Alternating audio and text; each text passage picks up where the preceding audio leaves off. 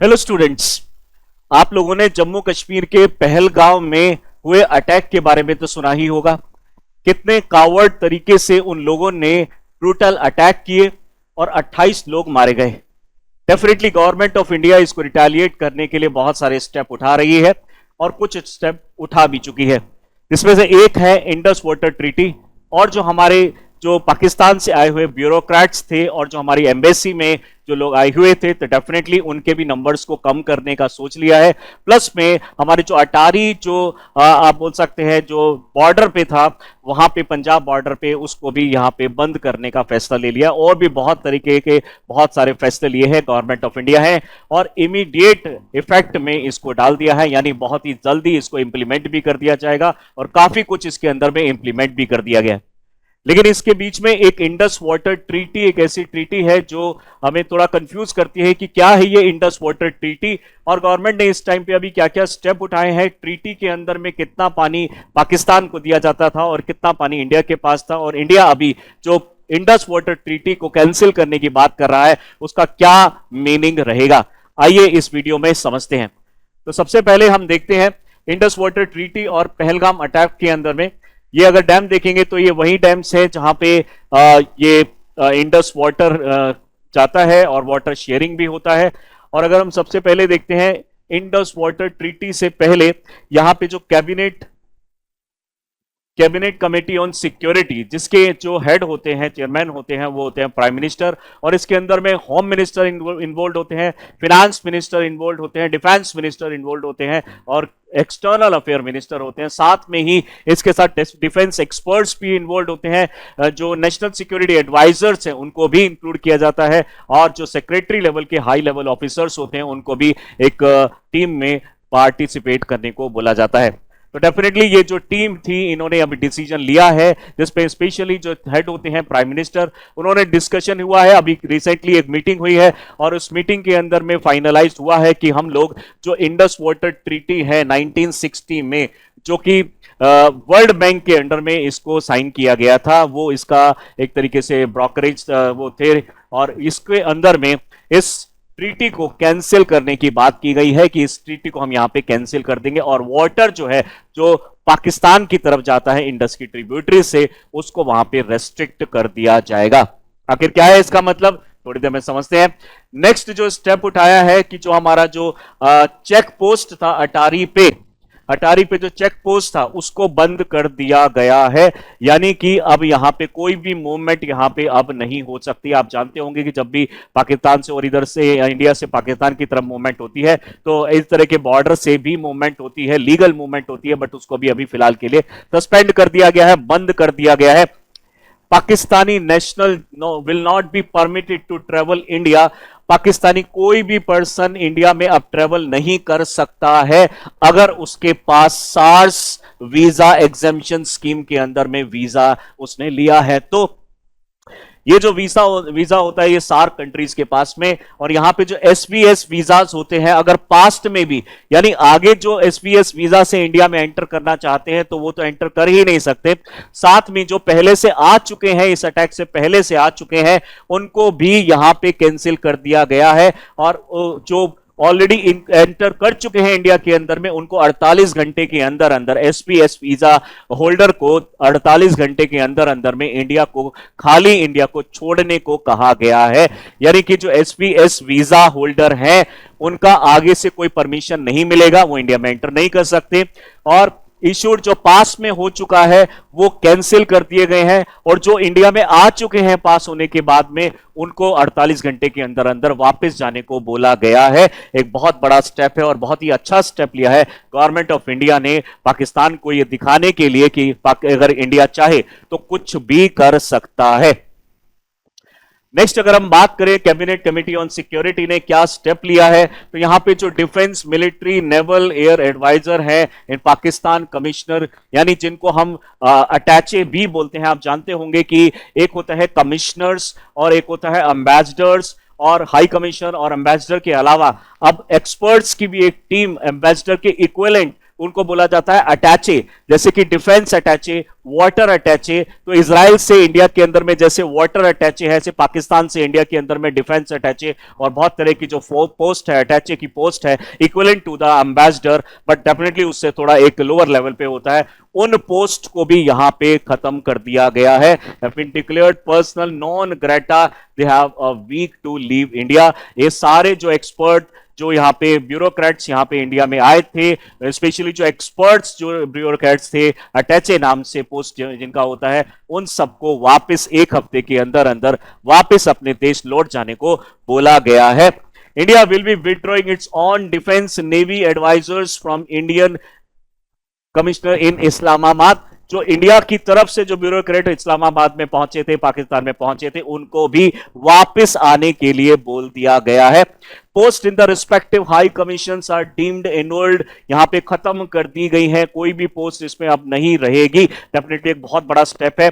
अब government of India ने यह भी नहीं कहा है कि कब तक इसको सस्पेंड किया जा रहा है, लेकिन इनडायरेक्टली उन्होंने एक आइडिया दिया है कि अगर जब तक ये पाकिस्तान जो है ऐसी हरकतें करने से बाज नहीं आएगा और इनको नहीं रोकेगा, तब तक ये सस्पेंडेड ही रहेंगी और पोस्ट को यहां पे कम कर दिया गया है।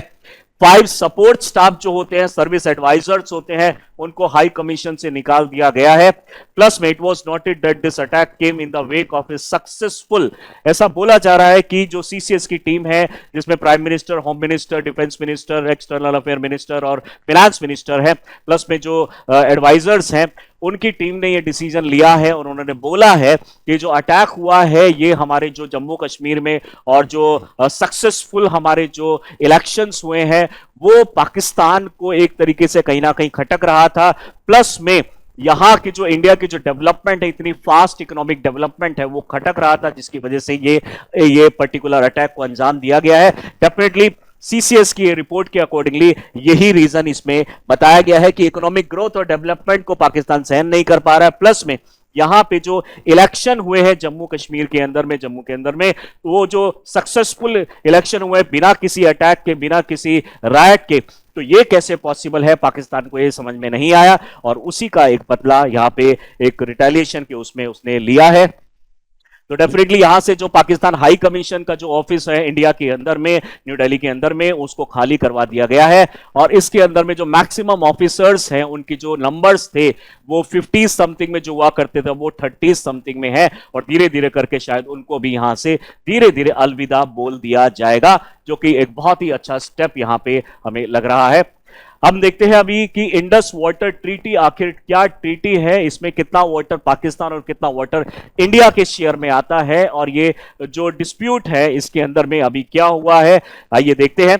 तो इंडस वाटर ट्रीटी, जैसा कि आप जानते हैं कि इंडस जो है रिवर वो तिब्बत की साइड से चल के पाकिस्तान तक पहुंचती है, बीच में उसके इंडिया आता है और कुछ पार्ट का अगर हम रिवर का देखें तो उसमें कुछ ट्रिब्यूटरीज और कुछ पार्ट अफगानिस्तान को भी इसका पानी मिलता है। तो 4 कंट्री आप मान सकते हैं, तिब्बत हो गया जो अभी चाइना के कंट्रोल में है, इंडिया हो गया हमारा, अफगानिस्तान और जो पाकिस्तान है उसके अंदर में ये रिवर फ्लो करती है। इसकी बहुत सारी ट्रिब्यूटरीज हैं, हजारों ट्रिब्यूटरीज हैं, लेकिन जो इसके मेन ट्रिब्यूटरी है जैसे कि हमारे झेलम, चेनाब, रावी, ब्यास, सतलुज, ये जो मेन ट्रिब्यूटरीज हैं, इन ट्रिब्यूटरीज के अंदर में मोस्टली ये ट्रिब्यूटरी जो है ये लेफ्ट साइड से मिलती हैं, लेफ्ट बैंक ट्रिब्यूटरीज हैं और इन लेफ्ट बैंक ट्रिब्यूटरीज यानी कि ये जो इंडस हमारे यहां से फ्लो कर रही है, इंडस के साथ में ये झेलम, चेनाब, रावी, ब्यास और आप ये जानते होंगे रावी, ब्यास और ये सतलुज, सतलुज के अंदर में रिवर ब्यास जाके मिलती है। ब्यास एक ऐसी रिवर है जो हिमाचल प्रदेश से स्टार्ट होती है और पंजाब में खत्म हो जाती है, वो पाकिस्तान तक नहीं जाती है, वो सतलुज में मिल जाती है। हरिक के बैराज से इसको कनेक्ट किया जाता है और यहां पे कनेक्ट करने के बाद हरिक के बैराज से एक आप जानते होंगे जो इंदिरा गांधी जो कैनाल बनाई गई है टुवर्ड्स दी राजस्थान, वो भी हरिक के बैराज से ही लाई गई है।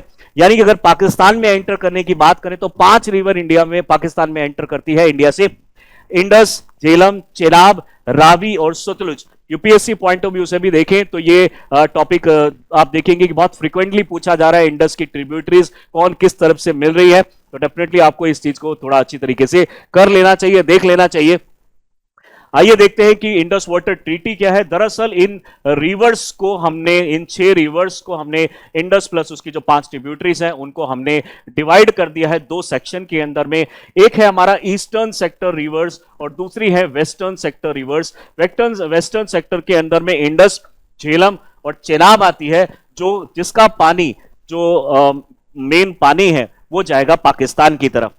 प्लस में ईस्टर्न रिवर रावी, ब्यास, सतलुज ये दिया गया है इंडिया को। अब इसके अंदर भी अगर हम देखेंगे तो जो इंडिया का जो शेयर है वो 100% इंडिया का रहेगा और जो पाकिस्तान का शेयर है उसके अंदर भी कुछ लेवल तक इंडिया उसको यूज कर सकता है। ऐसा वर्ल्ड बैंक ने जब इसको ट्रीटी को साइन करवाया था, ये एक तरीके से मीडियम की तरह काम कर रहा था वर्ल्ड बैंक, और इसके साथ और भी बहुत सारे ऑर्गेनाइजेशन थी, लेकिन मेन जो ऑर्गेनाइजेशन थी वो थी वर्ल्ड बैंक, जिसने इंडिया और पाकिस्तान के बीच में जो इंडस का वाटर शेयरिंग यहां पे करवाया और फाइनल इस डील को किया। तो इस डील को फाइनलाइज करने वाले और जो हेड करने वाले थे वो थे वर्ल्ड बैंक। दोनों के कंसेंट, दोनों कंट्री के कंसेंट से ही ये साइन हुआ है। 1960 में इसको साइन किया गया है और मेन इसमें 6 रिवर को इसमें डिवाइड किया गया है।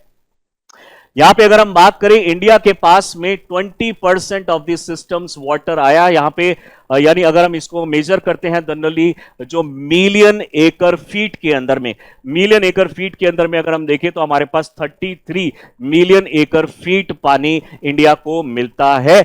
और अगर हम बात करें तो लगभग पाकिस्तान के पास में 80% आता है, जो 135 MAF यानी मिलियन एकड़ फीट ये पहुंच जाता है। इंडिया इज अलाउड, यानी जो पाकिस्तान को 80% पूरे इंडस सिस्टम के अंदर में, पूरे इंडस सिस्टम के अंदर में अगर हम देखेंगे 168 मिलियन एकड़ फीट पानी एग्जिस्ट करता है entire Indus water system, Indus water system. इस 168 में से जो 135 यानी पूरे का 80% जो है, जो ये इन 3 रिवर में फ्लो करता है, वो पाकिस्तान को दिया गया है, जो लगभग 135 MAF बनेगा। इंडिया को इसमें से अलाउड है कुछ एक्टिविटीज की, इंडिया इसमें नॉन कंजम्पटिव, यानी उसको खत्म ना करें बट उसको यूज कर ले। इस तरह के जो यूसेज हैं उसको हम कर सकते हैं, जैसे कि कुछ मेगावाट तक के power plant, hydro electric power plant हम यहाँ पे 25 मेगावाट और यहाँ तक की जो छोटे मेगावाट्स हैं उसको हम यहाँ पे स्टैब्लिश कर सकते हैं। लेकिन एक इसमें कंडीशन है कि रन ऑफ वाटर में होना चाहिए। इस हाइड्रो इलेक्ट्रिक पावर इलेक्ट्रिसिटी को बनाने के लिए टरबाइन जो लगाए जाएंगे उसको वहां पे रिजर्वायर से कनेक्ट नहीं किया जाएगा, यानी विदाउट रिजर्वायर पानी को बिना रोके रन ऑफ वाटर, चलते हुए पानी में आप टरबाइन लगा के हाइड्रो इलेक्ट्रिसिटी बना सकते हैं 25 मेगावाट तक की। और यहां पे हाइड्रो पावर लो लेवल पे अलाउड है आपके। प्लस में यू कैन नॉट ब्लॉक और सिग्निफिकेंटली ऑल्टर दी फ्लो, यानी आप डाइवर्जन नहीं कर सकते हैं, और यानी इंडिया को बोला गया है कि आप डाइवर्जन नहीं कर सकते हैं, और यहां पे आप बड़े हाइड्रो पावर नहीं लगा सकते हैं, रिजर्वायर नहीं लगा सकते हैं, यानी किसी भी तरीके से इस पानी की क्वांटिटी को कम नहीं कर सकते हैं, लेकिन कुछ लेवल तक इसको यूज कर सकते हैं, जैसे कि इरिगेशन के लिए यूज किया जा सकता है। अगर छोटी इंडस्ट्रीज हैं तो उसके लिए यूज किया जा सकता है, बड़ी इंडस्ट्रीज के लिए हम यहां पे इसको यूज नहीं कर सकते हैं। प्लस में छोटे पावर प्लांट या हाइड्रो इलेक्ट्रिक पावर प्लांट लगाए जा सकते हैं, और उसी के साथ में यहां पे नॉन कंजम्पटिव यूज के लिए इसको यूज किया जा सकता है, बट पानी को स्टोर नहीं कर सकते। वहीं पे जो एग्रीकल्चरल सेक्टर है, कंट्रीब्यूट पाकिस्तान का जो है 23% उसकी जो इनकम है वो एग्रीकल्चर सेक्टर से ही आती है। यानी अगर इंडस वाटर ट्रीटी के अंदर में इंडिया ने अगर ये वाटर का फ्लो बंद कर दिया पाकिस्तान की तरफ, तो उसकी 23% इकोनॉमी झटके में कम हो जाएगी। और इसके ऊपर 68% रूरल पॉपुलेशन, पाकिस्तान की 68% रूरल पॉपुलेशन डिपेंडेंट है, यानी हमारे एक छोटे से स्टेप से पूरा का पूरा पाकिस्तान का 68% रूरल का ये अचानक से पानी के आप बोल सकते हैं स्कार्सिटी के अंदर में आ जाएगा, ड्रॉट भी आ सकता है, तो एक बहुत बड़ा इंपैक्ट पड़ सकता है पाकिस्तान के ऊपर में डेफिनेटली, अगर ये इंडिया फाइनलाइज इसको कर देता है, जो कि इसके ऑर्डर तो दे दिए गए हैं, बट देखते हैं अभी होता क्या है। तो एग्रीकल्चर सेक्टर में 23% से जो इकोनॉमी आती है वो इसी पानी से आती है, इंडस से आती है। प्लस में यानी पूरे का इकोनॉमी का 23% और जो पूरा रूरल है उसका 68% का जो एम्प्लॉयमेंट जनरेट होता है और जो यहाँ पे रूरल हैबिटाट है उसको सपोर्ट करता है। डेफिनेटली वो बहुत ज्यादा हैम्पर हो जाएगा पाकिस्तान का अगर अगर यहां पे इस पानी को रोक दिया जाए तो आप समझ चुके होंगे कि टोटल जहां से जो 6 रिवर जाती हैं जिसमें से 3 river western, 3 river eastern, eastern river का सारा पानी हमारा होगा और वो पूरे इंडस रिवर सिस्टम का 20% है। जो 80% है वो रिमेनिंग 3 रिवर्स के अंदर में है, इंडस, झेलम, चेनाब। वो 80% वाटर हमने पाकिस्तान को दिया है। अगर हम MAF क्वांटिटी में अगर हम देखेंगे तो वो बनता है हमारा 135 MAF। इस 135 MAF के अंदर में हम कुछ क्वांटिटी का वाटर यहां पे यूज कर सकते हैं। बट एक और बात इसमें आपके जानने वाली है कि हमारा जो क्वांटिटी हम यूज करते हैं यानी कि हमें जो यहां पे 33 MAF वाटर मिलता है उसका 93 to 95% ही यूज किया जाता है इंडिया द्वारा। इसका सिर्फ 93-95% ही इंडिया यूज करता है, बाकी हम जो 5 से 7% बचता है उसको भी पाकिस्तान की तरफ ही डाइवर्ट कर देते हैं। यानी जो पाकिस्तान है उनको हमारा शुक्रिया अदा करना चाहिए कि जो हमारा शेयर है 20% वाला जो शेयर है उसमें से भी हम 5 से 7% उनको दे देते हैं, हम यूज नहीं करते हैं, हम उनको दे देते हैं। लेकिन अब पाकिस्तान का यह कहना है कि अगर इन्होंने पानी रोका तो वॉर हो सकता है, अगर उन्होंने पानी रोका तो बहुत सारे और भी अटैक हो सकते हैं। तो डेफिनेटली ये पाकिस्तान भी डराने की कोशिश कर रहा है कि अगर पानी रोका गया तो बहुत प्रॉब्लम हो सकती है। लेकिन इस टाइम पे इंडिया को बहुत बड़े स्टेप उठाने होंगे और जो मोदी जी हैं वो भी इस बात को लेकर बहुत ही ज्यादा सीरियस है कि किसी ना किसी तरीके से तो पाकिस्तान को यह बताना ही होगा कि इंडिया को अगर कुछ करना है तो वो इमीडिएट कर सकता है और आपकी इकोनॉमी एक झटके में खत्म हो सकती है। तो डेफिनेटली एक बहुत बड़ा स्टेप इंडियन गवर्नमेंट ने यहां पे उठाया है। अभी फिलहाल के लिए इस पानी को धीरे धीरे डाइवर्ट करने की बात चल रही है, लेकिन एक्सपर्ट्स का यह भी मानना है कि अगर हमने पानी को रोका तो पानी को स्टोर कहां करेंगे। अब स्टोर करने के लिए अलग अलग जो सोर्सेज यहां पे फाइंड आउट किए जा रहे हैं, यानी कि जो 80% का जो पानी पाकिस्तान की तरफ में जाता है इंडस वाटर का 3 रिवर के थ्रू में, वहां भी हम वहां से उसको रोक के दूसरी तरफ डाइवर्ट करना चाहते हैं। प्लस में जो 93-95% जो हमारा जो टोटल 100% जो 20% है उसका हम सिर्फ 93 to 95% यूज कर रहे थे, हम उसको भी पूरा ही 20% अब हम यूज करने वाले हैं। तो आई होप आपको ये समझ में आ गया होगा। इससे ये पहली बार ही नहीं है, इससे पहले भी कई बार इस तरह के जो डिस्प्यूट्स हो चुके हैं वाटर शेयरिंग को लेके। पहला है हमारा किशन गंगा प्रोजेक्ट के अंदर में, यानी हमने जो यहाँ पे हाइड्रो इलेक्ट्रिक पावर प्लांट यहाँ पे बनाने की कोशिश की जम्मू कश्मीर में किशन गंगा रिवर के ऊपर में, ट्रिब्यूटरी है जो कि झेलम की, उस किशन गंगा के ऊपर भी पाकिस्तान ने यहाँ पे जो आप बोल सकते हैं इंडस वाटर ट्रीटी का हवाला देते हुए यहाँ पे डैम नहीं बनने दिया, यहाँ पे हाइड्रो इलेक्ट्रिक पावर नहीं बनने दिया। दूसरी अगर हम बात करें रेटले हाइड्रो इलेक्ट्रिक पावर, ये भी उसी जगह पे जम्मू कश्मीर के अंदर में ही यहाँ पे चेनाब रिवर के ऊपर में यहाँ पे बनाया जाने वाला था। बट इंडिया उन्होंने बोला है कि जो पाकिस्तान ने जो कंसर्न रेज किया है that the dam design including the spillway gates give India excessive control over the river flow, यानी उसने बोला है कि जो इंडिया ने डिजाइन प्रपोज किया है वो डिजाइन जो है वो इनएप्रोप्रिएट है, पाकिस्तान के फेवर में नहीं है, इंडिया के फेवर में ज्यादा है और इंडिया जब चाहे उसका पानी डाइवर्ट कर सकता है। पाकिस्तान ऑब्जेक्टेड टू किशन गंगा और रेटले दोनों को ही यहां पे उन्होंने ऑब्जेक्ट किया था 2015 के अंदर में। उसके बाद से ये एडजुडिकेशन जो है हमारा परमानेंट कोर्ट ऑफ आर्बिट्रेशन को चला गया था। यानी ये 3 स्टेप के अंदर में प्रोसीजर होता है, यानी पहले एक लोअर लेवल की कमेटी बैठेगी, दूसरा न्यूट्रल एक्सपर्ट्स बैठेंगे और जो तीसरा है यहां पे परमानेंट कोर्ट ऑफ आर्बिट्रेशन का जो फाइंडिंग्स होंगी और जो अवॉर्डेशन होगा उसको माना जाएगा। लेकिन जब यहां पे परमानेंट कोर्ट ऑफ आर्बिट्रेशन का यहां पे अवॉर्डेशन आता है तो इंडिया उससे खुश नहीं था कि इंडिया कहीं ना कहीं इंडिया को ऐसा लग रहा था कि ये लोग थोड़ा पाकिस्तान की तरफ में थोड़ा डाइवर्ट हो रहे हैं, बायस हो रहे हैं। तो डेफिनेटली इस रीजन की वजह से इंडिया ने भी अब इस पर्टिकुलर जो पीसीए का जो अवॉर्डेशन था उसको एक तरीके से बाईपास करने के लिए बोला था। अभी तो फाइनल ये प्रोजेक्ट हुआ नहीं है, तो डेफिनेटली पहले भी इस तरह के जो प्रोजेक्ट हैं उसको पाकिस्तान रिजेक्ट करता आया है, हवाला देते हुए इंडस वाटर ट्रीटी का। बट देखते हैं अभी और क्या आगे क्या क्या होता है। नेक्स्ट अगर हम बात करेंगे यहां पे जो परमानेंट कोर्ट ऑफ आर्बिट्रेशन है, ये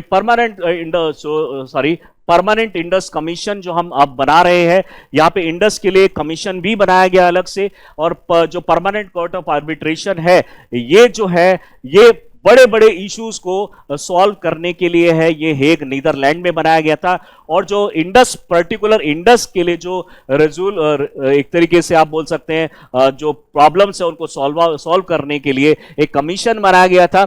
और इस कमीशन के लिए पहले डिसाइड किया गया था कि 2 साल में एक बार जरूर मिला करेंगे और जब जरूरत पड़ेगी तब मिलेंगे। अभी क्या है, हर साल यहां पे मीटिंग होना स्टार्ट हो गई है। तो दोनों कंट्रीज के जो कमिश्नर लेवल के लोग हैं ये आपस में मिलते हैं और मिलने के बाद में डिसीजन लेते हैं कि अभी हमें क्या करना है। यहां पे जो कमिश्नर है जो एक पहले 2 साल में मिलते थे, अब वो 1 साल से भी कम टाइम में मिलना स्टार्ट कर दिया है, क्योंकि डिस्प्यूट्स हमारे बहुत सारा बढ़ चुके हैं। आर्टिकल 9 अगर हम देखें इंडस वाटर ट्रीटी का, वो बताता है कि ये 3 टियर सिस्टम होना चाहिए इस किसी भी प्रॉब्लम को सॉल्व आउट करने के लिए, सॉर्ट आउट करने के लिए। सबसे पहला है रिजोल्यूशन बाय पीआईसी। तो सबसे पहले परमानेंट इंडस कमीशन जो बैठेगा वो डिसीजन लेगा।